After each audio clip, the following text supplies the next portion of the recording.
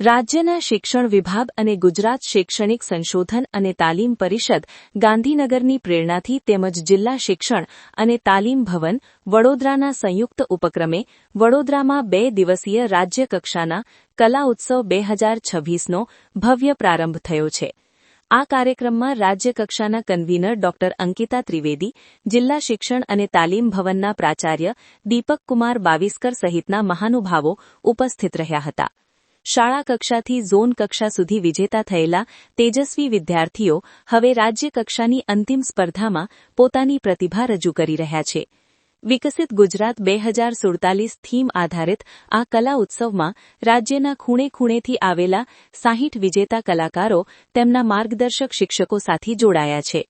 ઉત્સવમાં ચિત્રકલા, બાળકવિ, સંગીત ગાયન અને વાદન જેવી 4 મુખ્ય સ્પર્ધાઓનું આયોજન કરવામાં આવ્યું છે।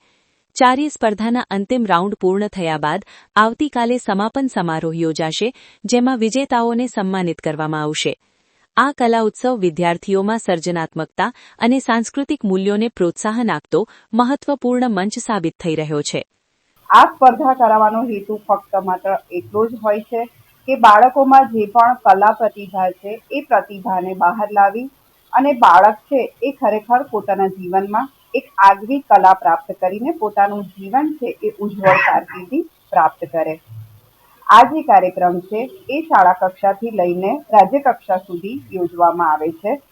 બાળક છે એ શાળા કક્ષાએથી વિજેતા થઈ અને સીઆરસી કક્ષાએથી બીઆરસી કક્ષાએ, ત્યારબાદ જિલ્લા કક્ષાએ, ઝોન કક્ષાએ અને ત્યાર પછી રાજ્ય કક્ષાએ આવે છે।